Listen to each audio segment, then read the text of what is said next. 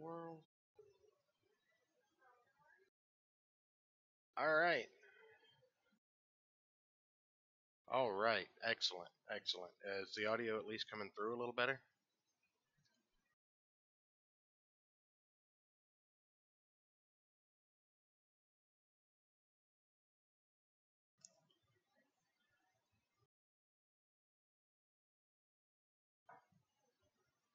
Dead air.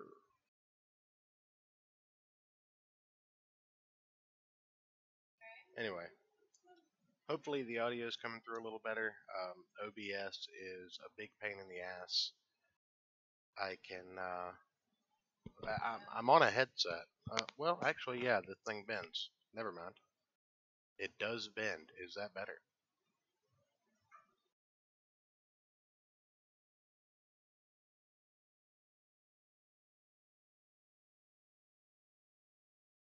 Testing, testing. 1, 2.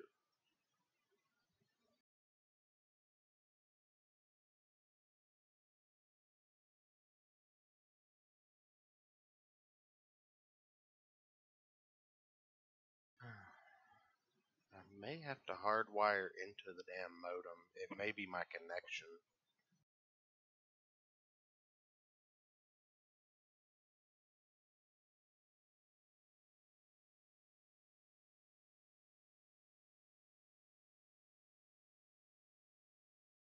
Testing, testing.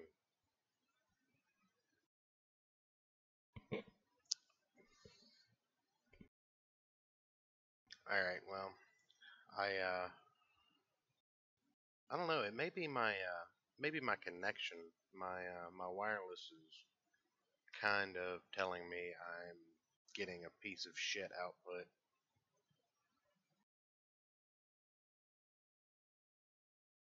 I'm gonna have to tinker around with it. I definitely appreciate you, Gulf City. I know this is a shit show, so thanks for spending your valuable time explaining that I am indeed a boomer and cannot microphone for shit.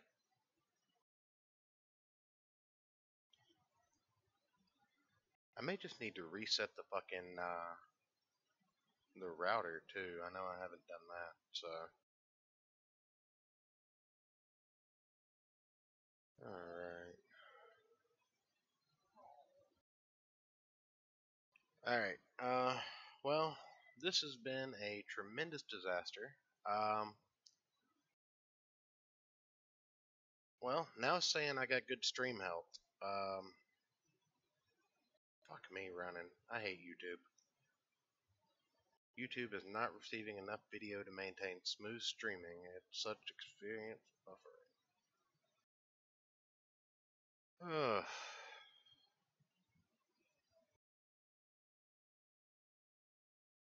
Um, yeah, saying my audio is coming through at about half peak,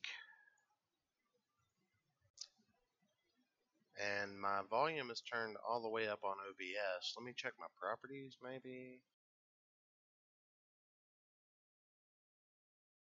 What about now? Can you hear me now? Testing, testing, 1, 2.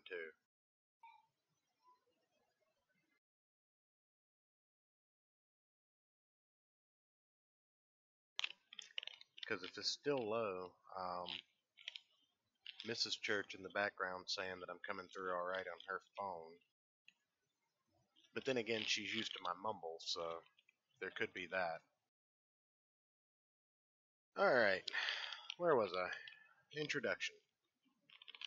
So, at the time, you had probably 2 or 3 dozen different, I don't know, character-driven comics coming out of Marvel. They decided to put together the Marvel Superhero Secret Wars. And you have your solo books like Spider-Man, The Avengers, The Incredible Hulk, X-Men, Fantastic Four. Yeah, the Fantastic Four were actually still in publication at that time. The longest running Marvel comic concurrently in history. I'm not going to get into that. That's a different stream.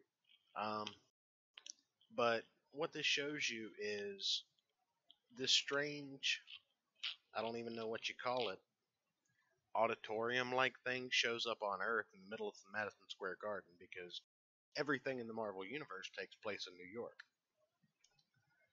So it seemingly summoned the heroes to it at different times. You've got Iron Man flying up to it in his book. You've got the Hulk discovering it and walking into it in his book. You've got the Avengers on the bottom with, oh, what's going on, Denny? Welcome back. It's Real Boomer Hour up in here. I'm talking about the Avengers cast in 1987. From screen left to right, we've got She-Hulk, the Wasp, Captain America, Monica Rambeau, Captain Marvel, Thor, and Hawkeye. Now, let's just take a minute to reflect on the Avengers that were represented in this series. There are 3 women and 3 men. There are, I don't know, no real problems with diversity on this team. It seems to me that there is an equal split, but apparently Marvel is more woke than it was in the 80s. And we'll cover that a little bit more later on when we get into book 3. Anyway, this is just kind of an introduction. There were probably 8 or 9 different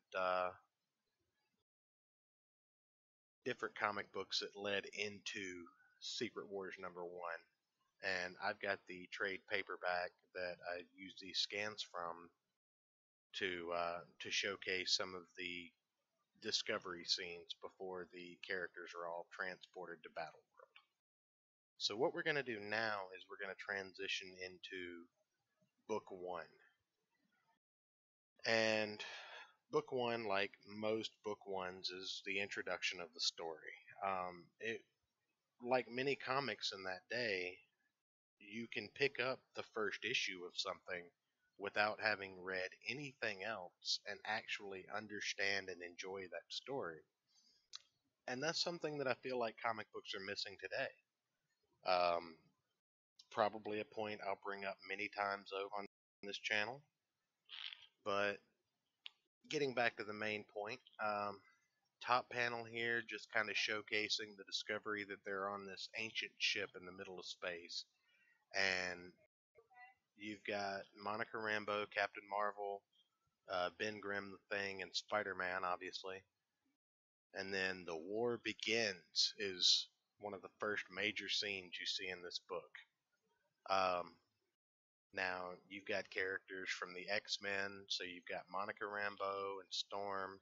You've got Captain America, the Wasp, Cyclops, Professor Xavier, Reed Richards, Wolverine, Thor, the Thing, Spider-Man, Rogue, Iron Man, the Human Torch, She-Hulk, Hawkeye, Colossus, and Nightcrawler, and I believe Rogue and the Dragon. I can't remember the dragon's name right off the top of my head, but Kitty Pryde's dragon also somehow ended up on Battleworld. Kitty Pryde did not. One interesting thing about this scene is it shows you that Magneto was transported to the same side of the ship as the good guys. You notice that he's the only villain in this scene. So what's happened is a mysterious force at this point has transported. Yeah, it's one of the best group shots of the era. The cover is fantastic. How did I go back? Oh, all right. It's really fantastic. I mean, and it's on page. It takes up over half of the page. It's a great shot. And we don't get artwork like this anymore. It's either all digitally enhanced. I mean, this was hand drawn, hand colored. It was penciled. It was inked. It was cross hatched. I mean, you had halftone 4-color printing on it. It reminds me of a time when comics were fantastic. But Anyway, at this point, all of these people realize that a mysterious force has transported them to a craft in space. And, none of them know what it is, why, none of them have any idea, and they're all just trying to spread out.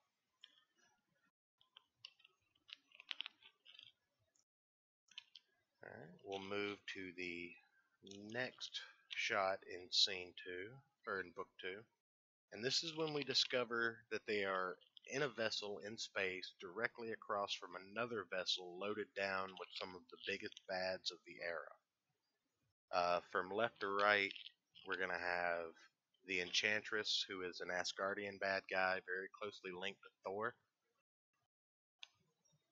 Then we're going to have Galactus in the background, Devourer of Worlds, Ultron in the foreground, the Wrecking Crew with Crusher Creel, the Lizard right there in front. You can barely notice him. He kind of blends into this other guy's costume. If it wasn't for his lab coat, you wouldn't even see him.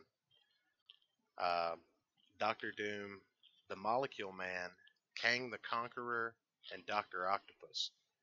And these are the quote-unquote bad guys, with the exception of... Oh, yeah, man. And like I said, the amount of talent, even with this villain shot, if you could color villains anything besides green and purple, it wouldn't blend so much together. But still, if you look at the actual penciling and the inking of this art, it's night and day from the kind of trash we get. But we start to see that everyone's starting to just kind of get their grips together and realize what's going on. And they notice that they're across from another ship that has the bad guys on it and the good guys on it, and vice versa. Now, Magneto's linked in with the good guys for some reason. And Curt Connors, the Lizard, isn't actually a bad guy. He's a genetic experiment. Like, the Lizard is a menace, but he's not evil. Neither is Galactus. Galactus is morally neutral. So why he's even in this group, it doesn't really make sense, except for the fact that they made toys of all of these characters for this particular event. So everybody starts talking with one another on their respective ships. The good guys start forming a plan. The bad guys start forming a plan.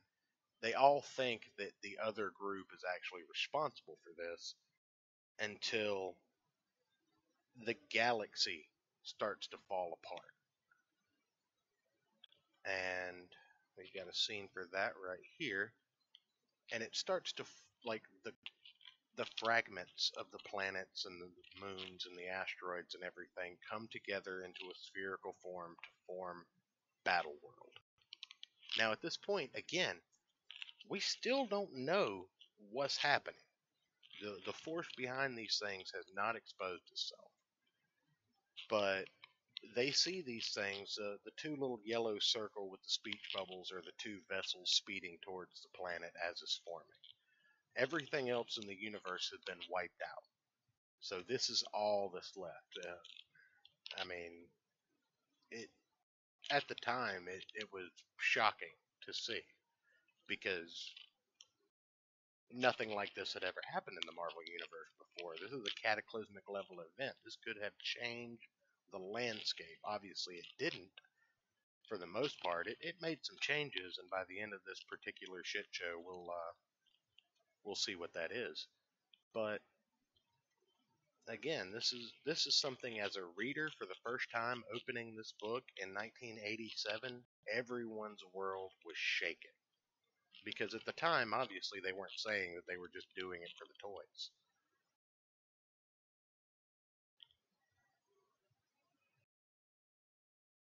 Well, and that's a good point about Magneto and Galactus.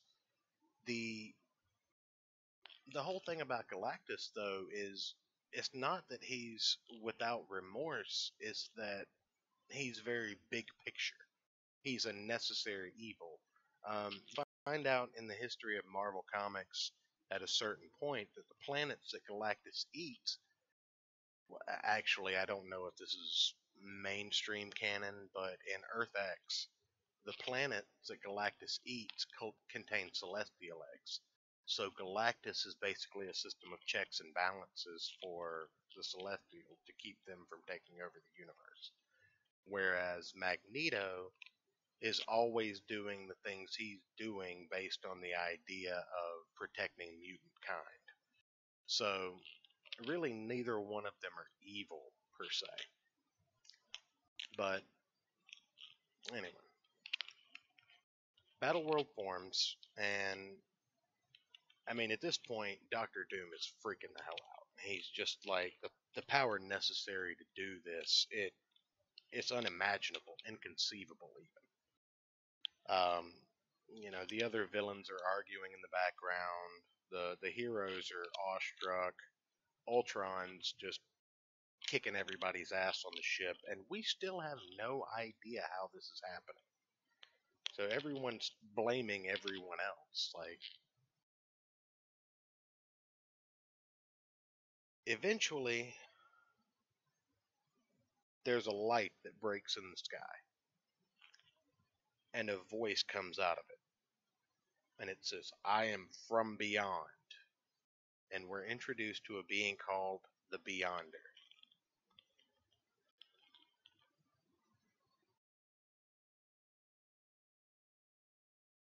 And everyone instantly can feel the Beyonder's immense. And Galactus takes off after it. I mean, he just goes full bore after this thing. And Doom follows in his wake. And Galactus says, "You say all that can be imagined can be made true. Well, cure my hunger." And the Beyonder just shoots him down to Battleworld. That's the name of the makeshift planet. I mean, and we're given our first example of the Beyonder's power. And again, you have to conceive at this time and place in Marvel Comics, nothing has ever done something like this, the likes of Galactus. So we get this shot of Galactus going after the Beyonder, and obviously this is the aftermath. Doom is caught in the crossfire and falls to the planet, and the ships race to the surface of the planet. And everyone's beamed off the ship, the ships go away, and both teams immediately start arguing over who's in charge, who's going to be the leader, who's responsible for this, who's responsible for us. Just actual good drama in a comic book. Not politicized, nothing like that, nothing charged in any fashion. Just actual strife between good guys and bad guys. Magneto runs off from the group of good guys. Everybody agrees to follow Captain America. Doom finds a hidden base with the other bad guys already in it, levels it, and takes off in a ship. The good guys cut out and are attacked by Doctor Doom and the other bad guys. And that's where we leave off on book 1. Now, the fact that it took me 10 minutes to describe this comic book should be a testament to the idea of the writing difference between 1987 and 2019. Because if you buy a comic book in 2019, you can read it in 5 minutes. There are 22 pages. I mean, this is, what, almost a 30-page comic book, 28, 30 pages. And so much has happened. You've been given your introduction to your characters. You've been given a plight. You've been given an antagonist. You've been given the landscape. And you've already had your first major fight scene. plus 2 or 3 mini fight scenes between the bad guys. So, just in context of the amount of content that you got for 75 cents in 1987 versus what you pay $5 for now, it's incredible. The quality of artwork, the quality of storytelling. I mean, it's inconceivable that we've fallen so far in this industry. But this is why this is a great example of what I love about comics. Anyway, we're going to move on to book 2. Now, book 2, I didn't use as many stills from book 2 because, again, copyright. I don't want to step on too many toes. But book 2 picks up where book 1 leaves off. You've got the good guys and the bad guys encountering each other on the surface of Battleworld for the first time. Now, at this point, the only information they have in regards to why they're here is the fact that the Beyonder introduced himself and Galactus went after him. We don't know who the Beyonder is.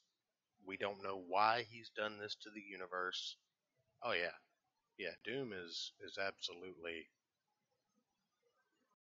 just you don't fuck with Doctor Doom. He's a scientist and a mystic. So what? Okay. He's a scientist and a mystic, so I mean, he's been the Sorcerer Supreme, he's been Iron Man. In Earth X, Reed Richards takes on his armor and his mantle for some reason that's never explained. He lives on to 2099 on his own, like Doom 2099 is this Doctor Doom. For God's sake, he's just the best villain ever. What Fox did to him in the movies is atrocious. Anyway, they start fighting, and again, like I said, we have no idea why they're here. There's been no explanation given as to why they've been drawn to this planet. And the bad guys have already discovered a base and weaponry. So they go in after the good guys, even though Doctor Doom isn't actually with them. He's flown away at this point. Well, in the midst of this fight, the good guys basically have to pull a retreat. So the bad guys go back to base. Well,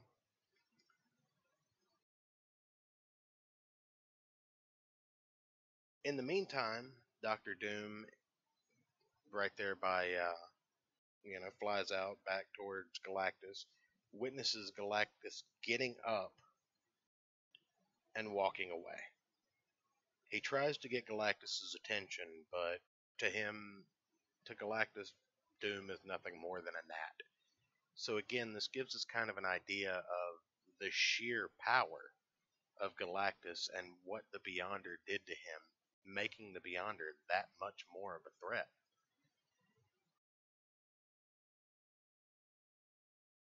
Doom basically works his way back to the bad guy's base, disables the security system, and finds Ultron, who was disabled in issue 1 after he flipped his fucking shit and started trying to kill all the other bad guys.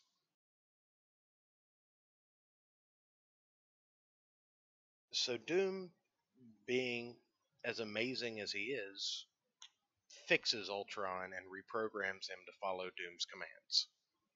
This is before Ultron was a super sentient AI, and that just wouldn't fly in 2019.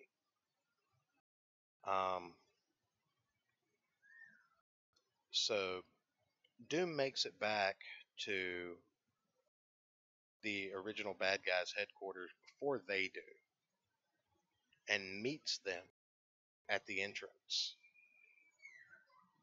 And basically uses the Ultron robot and his own armor and his own powers to essentially just assert his dominance over everybody else. And he's like, well, I'm the leader now.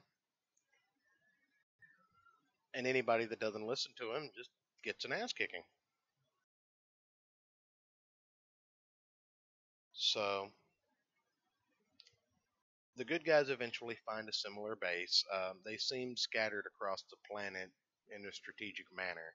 So Captain America and Professor Xavier, who shows that he can walk for some reason on Battleworld, gets up out of his chair and they're discussing the whole situation of this seems like a setup. It seems like we've been pitted against one another for whatever this thing is amusement.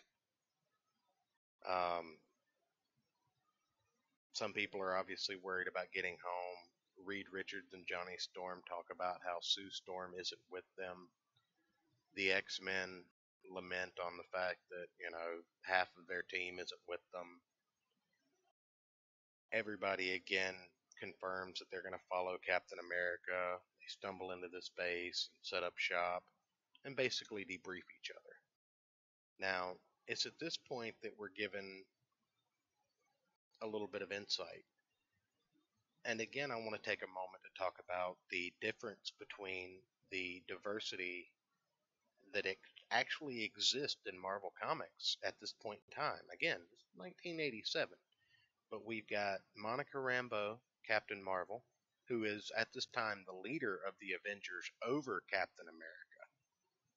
They choose to let Captain America lead here, but he has to ask Monica Rambeau if that's okay.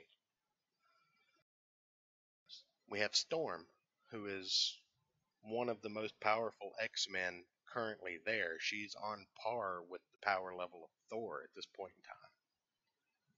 We've got the Wasp, the former leader of the Avengers. We've got Rogue. And in the Iron Man armor, it's not Tony Stark. In the Iron Man armor is Rhodey.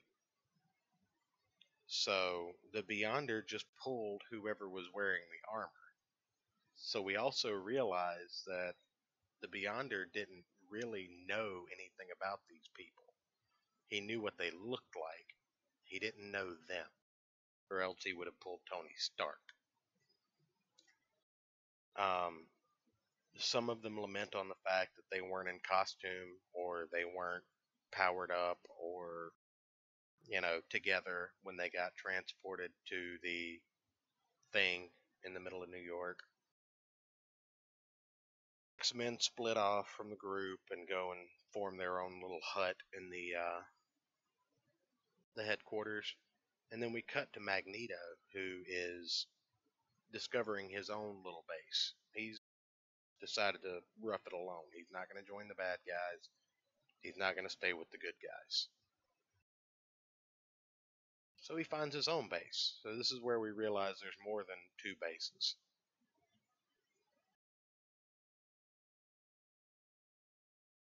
We cut back to the bad guys, and they're in their headquarters, and somebody turns a monitor on to see what Galactus is doing, and you notice that he's powering up on top of a mountain for something.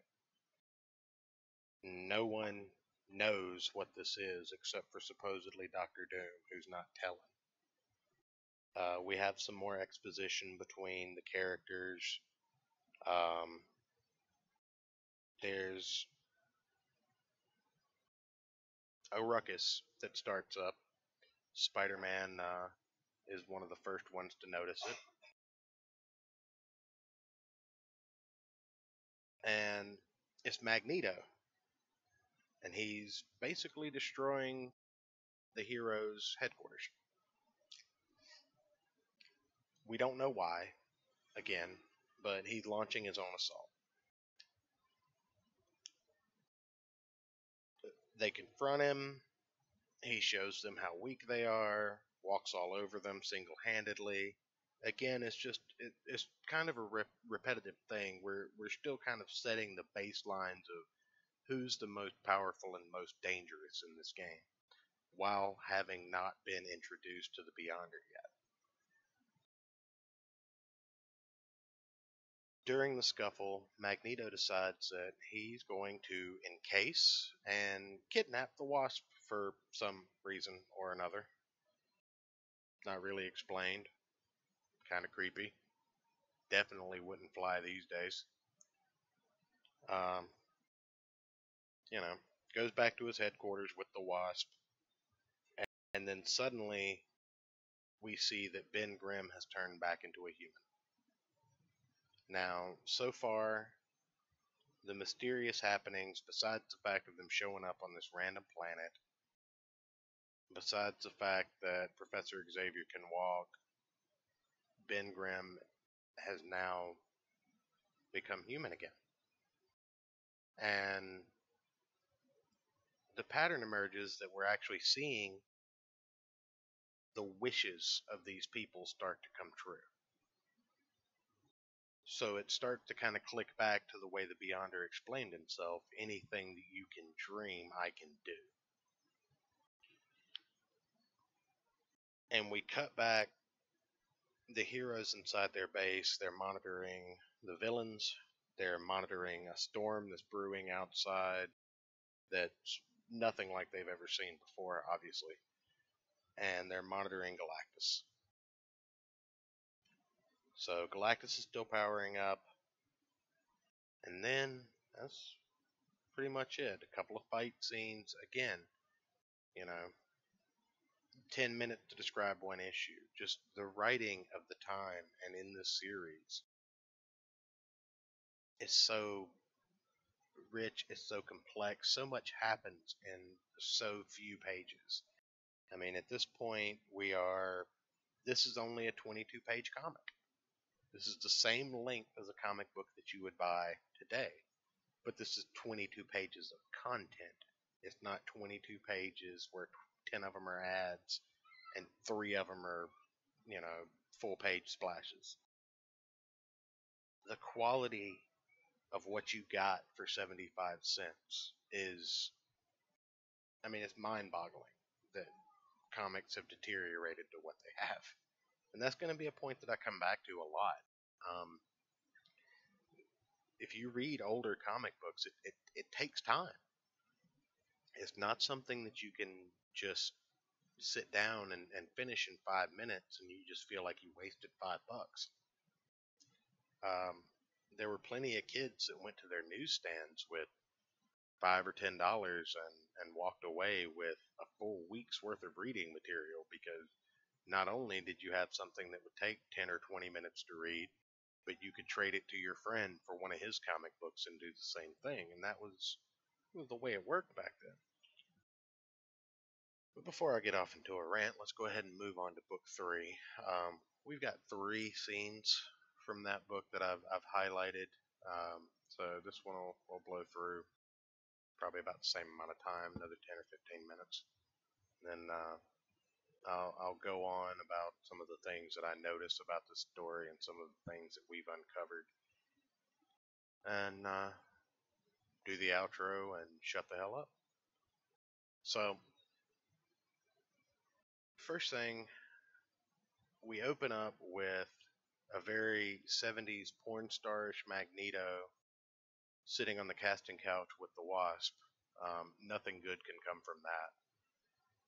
But they just start discussing Magneto's ploy and his, situation during the storm that's going on outside. I mean, you can kind of see that in the background through the window. That's the rain and the storm that's going on out back. In the next panel, you see Thor outside of the hero's base fighting off rocks and whatnot that are flying towards the base and threatening to destroy it. And he and Storm are outside making a game of it, and Storm is beating him. So, there goes another point for 80s Marvel's diversity. Galactus's aura has changed to pink for some reason, and you still see the villain's base is also under attack by the storm. Going through the base, Spider-Man creeps into the little conclave where the X-Men have, made themselves at home, quote unquote, and they're discussing their plight of being associated with the Avengers. Now, At this point, we've discussed the bases as being the good guys and the bad guys, or the heroes and the villains, and Magneto. And this kind of introduces the dynamic that was very prominent with the X-Men when their comics were actually good. And that is that the X-Men are always the outcast, even amongst the Avengers, who don't hate the X-Men. They've never at this point they've never outright just attacked the X-Men. This isn't the 2000s. So the fact that they're already basically distancing themselves from the Avengers, from the other heroes, is kind of telling, is that they understand that they can only count on themselves. But Spider-Man creeps in and eavesdrops on them. This is back when Wolverine was the most popular mutant on the planet, so Wolverine smells him, and a scuffle ensues. Spider-Man bounces around back and forth, fights the X-Men for a little while, and goes to make his way out to tell the others what's happening. He gets off a couple of good licks. He manages to trap Rogue. He manages to blind Colossus. He sticks Nightcrawler to the wall, which I don't understand why Nightcrawler doesn't just teleport, but whatever. And right when he's about to get out, he sees up with Reed Richards, and you notice Cyclops turning the corner. And he's about to open his mouth, and Reed Richards is like, "What's going on? What's going on? Calm down." And he's like, "You listen to me. We've got to..." And then Spider-Man forgets what he's talking about. And in the last panel of that page, you see Xavier lamenting on the fact that he doesn't like wiping someone's mind without their knowledge, but it's what he has to do to protect his team. And then Cyclops and Richards start to talk about things as they encounter one another, and Cyclops just making sure that nobody knows what's going on. And he gets a summons from Professor Xavier telepathically. They meet up and take a ship and get the hell out of Dodge. And we cut to Magneto's fortress, and he's talking to Doctor Doom and basically telling him to pound sand, a la Arcada. And then he goes back to talking to a very creeped out Wasp before they decide to start making out in the middle of a storm, because why the hell not? We need some romance, we need some action, need some intrigue, and we need a little excitement. So we cut back down to what I'm now going to refer to as Doom Base, because Doom has decided to take control. Switch scenes one more time. So middle scene for book number 3. I'm going to go back through these and talk about the covers for a few minutes. But here we have 2 female subjects that Doctor Doom has captured. Now, he's explaining that Magneto's an idiot for not teaming up with him, and he's just going to have to make his own allies. So he turns a switch, and you see these giant, or not giant, excuse me, these bright rays just encompass these 2 women. And they step out, and one of them's on fire, and one of them is gigantic. So we have the introduction of 2 new female characters named Volcania and Titania. Not very original naming, because, rhyme schemes, but Volcana and Titania. Titania actually turns into someone very important even today in well, not today, but later on down the line in the Fear Self comics line and in the Secret Wars 2015 comics line, she's still around. She's kind of always circulated around Crusher Creel and the Molecule Man pretty much forever. Her name was originally Skeeter McPherson. Um, let's see. Can't remember. Yes. What was her name? Rosenberg. Her name was last name was Rosenberg. I can't remember what her first name was.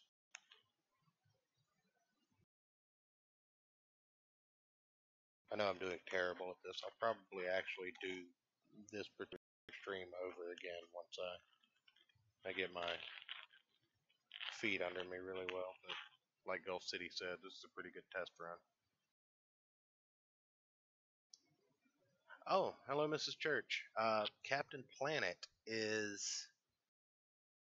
Oh man, he comes in like issue 8. I think he becomes Spider-Man's new costume. Okay. The stream didn't F. It just refreshed. Titania is the best character in Fire Emblem. That is correct. It's 100% correct. But yeah, Captain Planet actually becomes Spider-Man's new suit in issue 8. So we'll all watch out for that. Anyway, after the creation of Titania, they test her and Volcana. They test out their powers. You know, they magically get costumes because these bases are, you know, just equipped with the things you need to make costumes with on a moment's notice for whatever reason. Then, you know, they introduce the girls to the guys, and Crusher Creel and Titania pretty much get into it. And Crusher smartly decides that he does not want to fight Titania.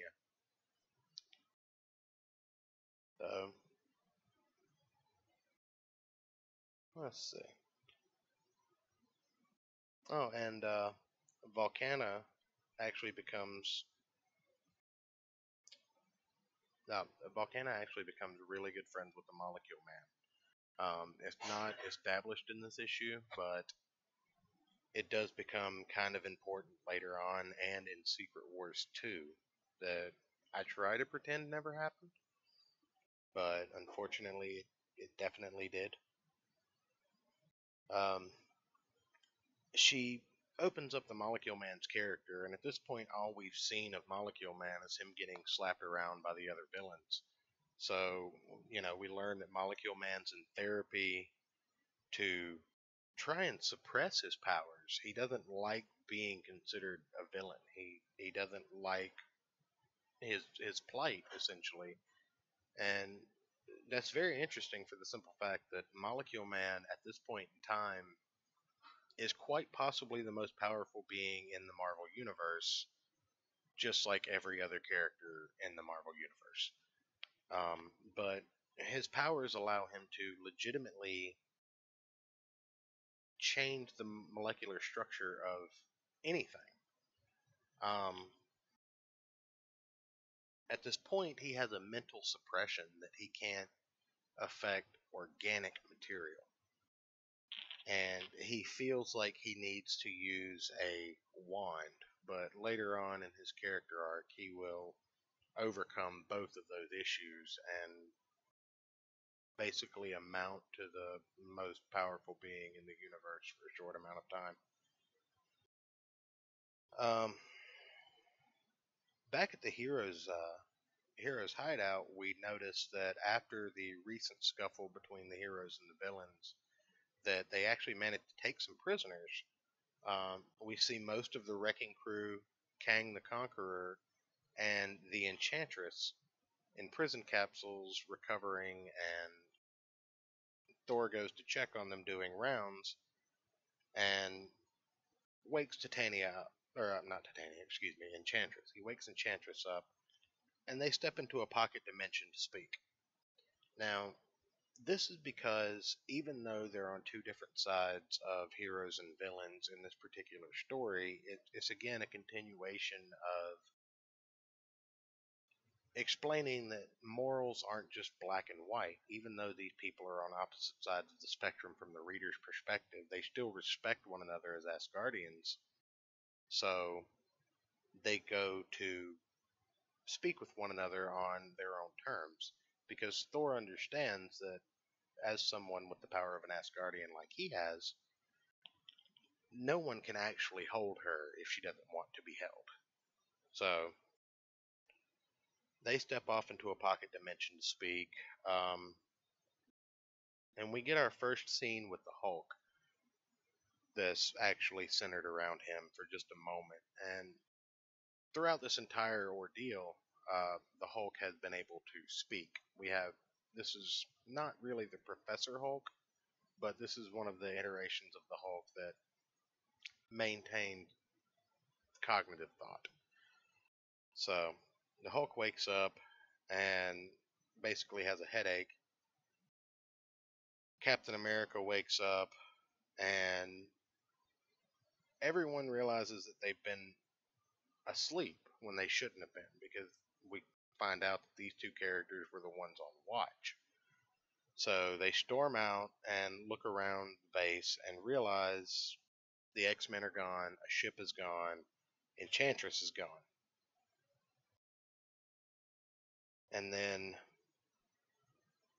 you get a panel that just big bubble word kaboom, and Doom is leading another attack against the heroes, who are now short-handed. So we have the Fantastic Four, the Avengers, and Spider-Man left to defend the base. They've come, obviously, for the rest of the Wrecking Crew and Kang. Well, Volcana and She-Hulk get into it. Volcana incapacitates She-Hulk. Somehow, Dr. Octopus gets the drop on Monica Rambeau. I don't really see how that makes a lot of sense, but it's okay writing. He catches a drop on her. Iron Man and Spider-Man get basically whammied by Ultron. The Hulk comes in to try and save the day, and the Molecule Man makes short work of him. And then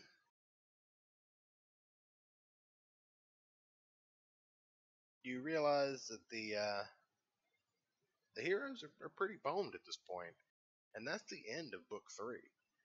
So again, just the sheer amount of content in one of these comic books is enough for a 6-part miniseries in a modern book.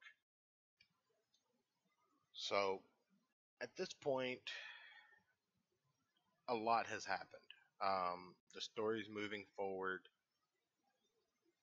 We still don't really understand why the Beyonder has done this. He's not flat out contacted anybody directly and expressed why he's brought them together. They have some ideas, but nothing, nothing's been told to them, and that's very it's really interesting because again, we have so many conflicts that are always going on, that are already going on, and the main conflict of the story hasn't even been revealed yet. Like the main plot line is still developing. So at the time, I believe some people said that that was kind of weird and it made it a little less enjoyable. But this being something that I went back and read as an adult, it it really just showcases everything that I love about comic books, from the great artwork to the character development to just the way a comic book can tell a story to, anybody about anything. Um, I'm just going to flip back through the covers real quick and talk about them and probably wrap it up. Like I said, the introduction of characters like Volcana and Titania, it was woke before woke, and nobody talks about stuff like that. They're two individual characters that stayed around in Marvel Comics history. They weren't just retconned out of existence, but nobody talks about the fact that you can make new female characters instead of putting a female in a man's costume and calling it woke. It's a concept, but I don't think that many people in the industry understand that. But anyway, let's look at these covers real quick. That's book one. Let's look at the intro cover. The intro cover is a super realistic version of the main cover. So that's the issue number one, and then this is the cover of the trade. I believe that's Alex Ross, if I'm not mistaken. I could be wrong, but that's very much his style. Um, fact check that real quick. Yeah, he did the cover for the trade. I mean, just hands down, guys, he's my favorite cover artist. Like I couldn't even imagine saying that about another cover artist. Like Alex Ross is absolutely one of the best cover artists in the industry. Um, the hyper realism of his work with the outrageous proportions of superheroes and the strange poses and just the amount of love and craft that you can see. I mean, I say you've got Iron Man, the Hulk, Spider Man, the Human Torch, Nightcrawler, Captain Marvel, Storm, Colossus, The Thing, Hawkeye, Captain America, Rogue, Cyclops, Wolverine, She Hulk, and they're all just gorgeously rendered. Oh, and the Wasp. Don't let me forget the Wasp. That's not woke. Um, it just, and again, this is the hyper real version of cover number one. Again, at the even today, if I saw something like this on the stand, I'd buy it because it's amazingly done.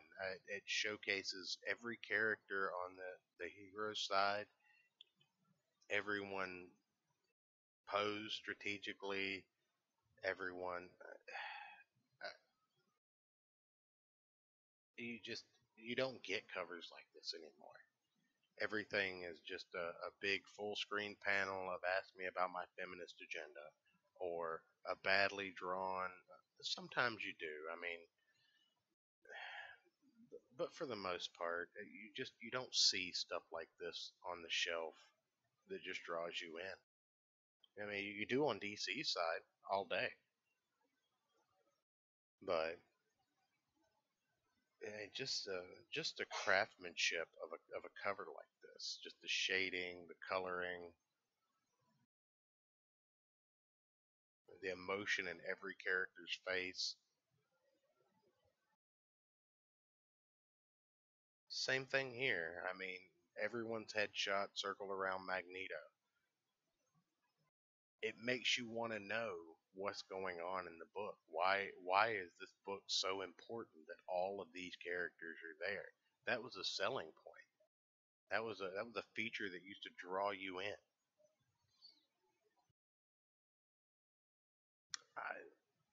On the scale of things, though, I honestly think this is probably the worst cover of the series. When you think about it, there might be one later on that I'm just not thinking about, but this is still miles and miles above anything that you see today. Yes, it does. Yeah, Gulf City, a trade is a collection of issues put together in a single volume. Um, it's called a trade paperback. And yes, Miss Church, it does mean you're woke if you wear my sweatpants. Um, Absolutely 100% the wokest.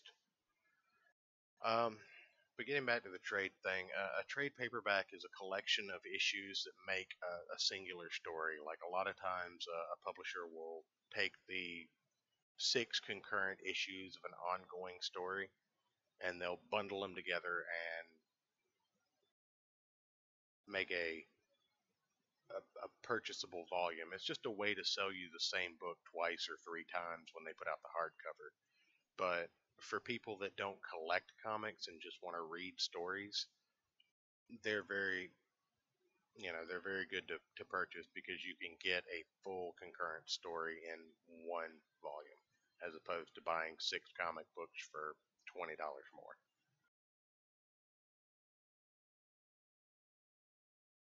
Anyway, let's get on to cover number three.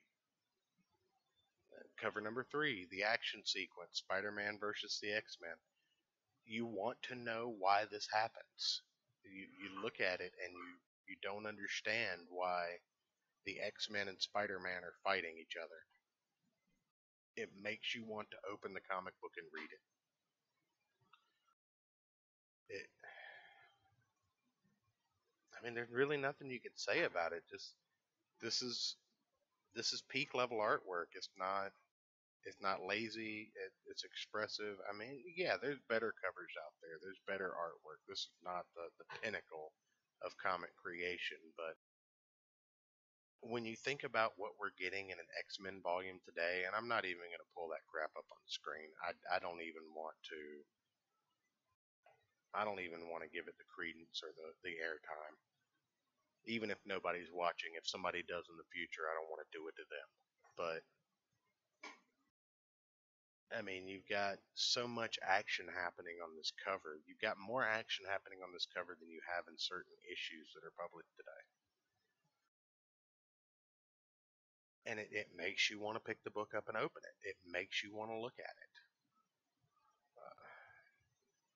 I mean, that's pretty much enough gushing about the cover art and the storyline and all that stuff.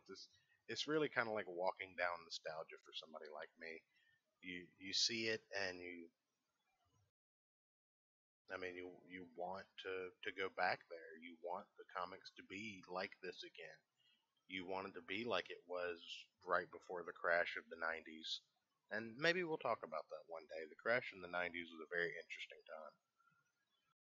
But all in all, let's go back to the main scene there. There we go. Church on screen. And that's pretty much all I got. I don't want to run too much longer. I know Ricada's stream's coming on in about 15 or about half an hour or so. So I just wanted to get on here, test this out, see how I sounded, make sure I at least had some semblance of understanding of what I was doing. Hopefully next time I can get somebody on to go back and forth with, so there's not so much dead air and boomer type moments. But I do appreciate everybody that came out. If you have any questions or want to know anything, I was planning on making this like a four-part series, I guess. I'll just talk about three issues at a time, kind of clip up some of the notable scenes from it, go through the story piece by piece, answer any questions in the comments or chats as they come up. But that's really all I got at the moment. They just a test run here. I appreciate everybody coming out and letting me know that I sounded pretty awful and I don't know what I'm doing. Hey man, Gulf City, I'm glad to hear it. Um, like I say, if there's, I'm always open to talking about any kind of story you're interested in knowing about. I've read comics dating back to 1938, so I think that's what YouTube is supposed to be. I mean, not to take any shots at the drama community. We all love the drama, but I think it's got to be something you enjoy doing. Because if you don't enjoy doing it, you become mundane Matt. and nobody wants to be Mundane Matt. nobody, nobody wants to get up there and blatantly hate what they're doing. But yeah, I've always loved comic books. I've been into comic books pretty much since I was born. My local comic shop was probably the first place I went after my father took me home from the hospital. And luckily, I am one of the few people that am able to go to my local comic shop still, even though that comics are slowly but surely disappearing. But I, I bother all of my friends talking about comic books all the time. My wife, I'm sure, is tired of listening to me talk about comic books, so now she can do it on the internet with other people and distract me in my chat room. It's fantastic. But no, anyway, I appreciate it, man. Like I said, if you have any questions or if there's anything you want to know or you want me to cover something else or other parts of the story, when we get to issue 8 is no, you definitely wouldn't. That not what you're doing at all right now. That's right, Mundane Matt. Let me go back here. I need to. Come on. I'm gonna hand out a couple of wrenches before I go. I guess Gulf City gets a wrench. Miss Church gets a wrench.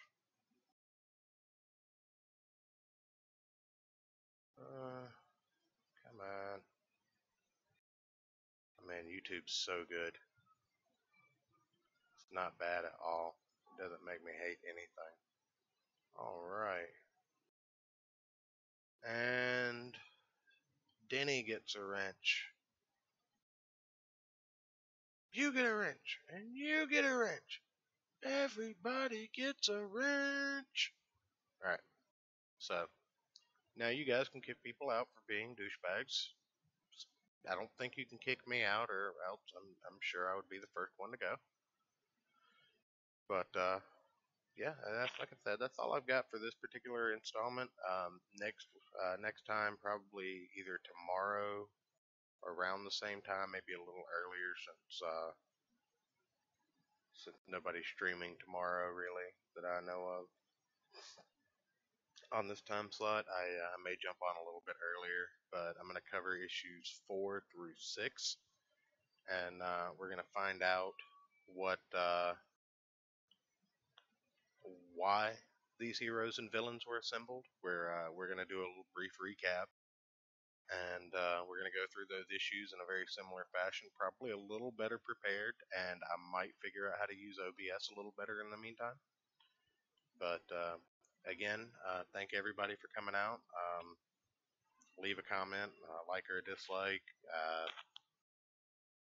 Share the link around. Let your comic friends know that there's an idiot on YouTube talking about comic books, and if they want to check him out, then I'd be happy to have them. This has been the